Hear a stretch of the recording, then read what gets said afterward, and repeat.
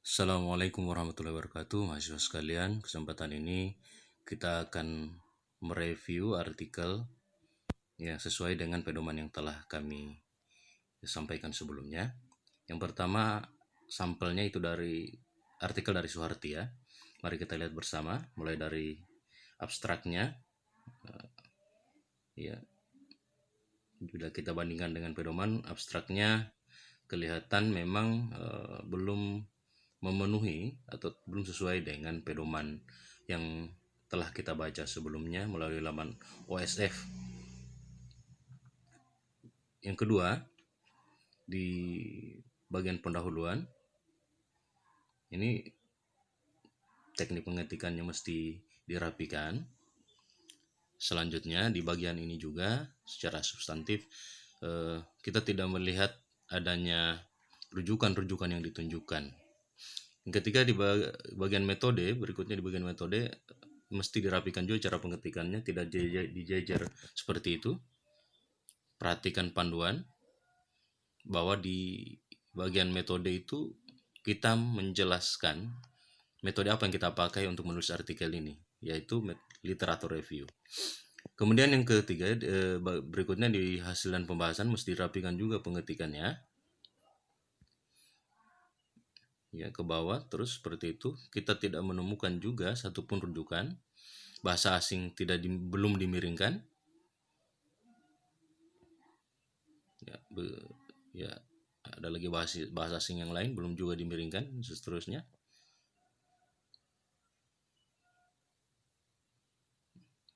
Naik seterusnya ke bawah.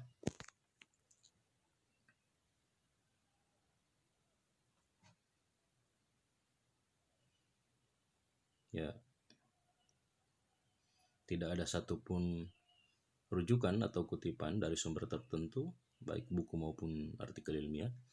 Bagian penutup seharusnya bukan penutup, sesuai pedoman langsung kesimpulan, tidak perlu ada anak judul, langsung dibuat satu paragraf saja kesimpulannya, tidak dia jejir A, B, C, D, dan seterusnya, seperti pada artikel ini. Jadi mesti dirapikan lagi teknik pengetikannya. Nah, berikutnya kita periksa daftar pustakanya. Itu tidak perlu juga diberi penomoran, dihilangkan saja. Seperti itu tampilannya daftar pustakanya. Dan kelihatan di artikel ini penulis belum menggunakan teknik penulisan referensi dan menggunakan apa style. Demikian juga rujukan-rujukannya kita tidak bisa lihat di artikel tersebut dia sudah menggunakan apa style atau bukan atau belum. Yang kedua, artikel dari Resti Anjani, mari kita perhatikan mulai dari abstrak. Ya, lumayan sudah ada kata kunci. Di pendahuluan ini belum kelihatan rujukan sama sekali. Ada di paragraf 2 rujukannya, tapi belum menggunakan apa style sebagaimana yang dianjurkan dalam pedoman. Bahasa asing juga belum dimiringkan. Ini ke bawah.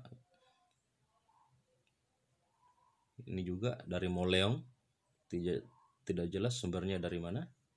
Metodenya lagi-lagi mesti dirapikan teknik penulisannya.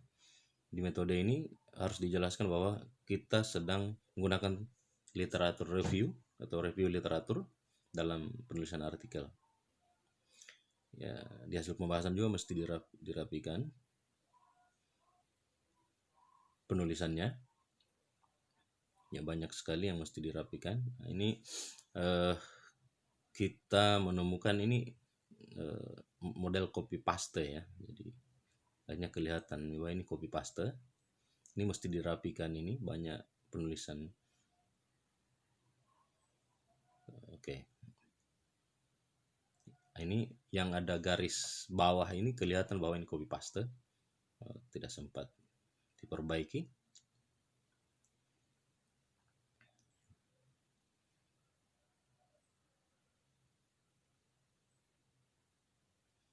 Oke, daftar rujukan juga belum menunjukkan bahwa ini sesuai dengan pedoman. Di pedoman kita anjurannya menggunakan apa style sesuai yang berlaku di IAIN Kendari. Oke.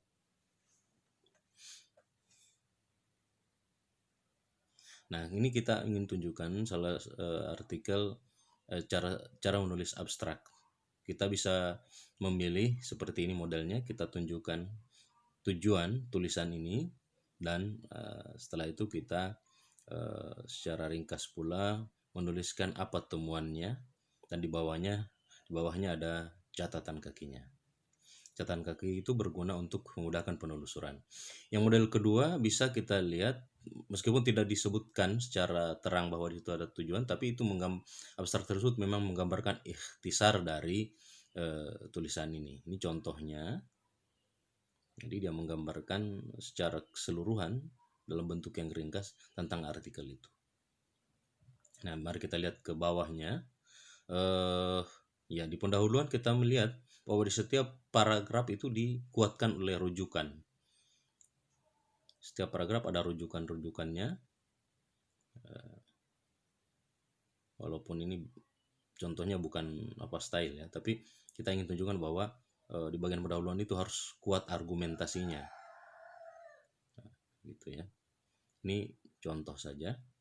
Nah, yang terpenting mahasiswa sekalian, dalam menulis artikel itu kita mempedomani pedoman penulisan yang telah kita baca sebelumnya, yang telah saya tayangkan pada laman OSF, dan saya kira teman-teman sudah mendownload dan membacanya dengan baik.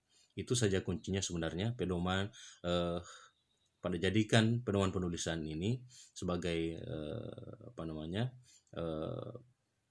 yang sebenarnya dalam Anda menulis artikel.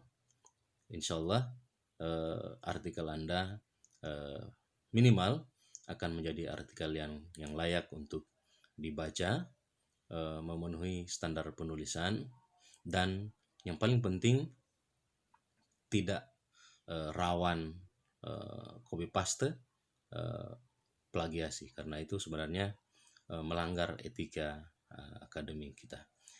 Itu hasil review untuk tugas artikel kawan-kawan.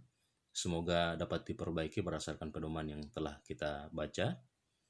Kita berharap perbaikannya dapat dilakukan secepatnya dengan tentu saja mematuhi pedoman yang kami tayangkan ini.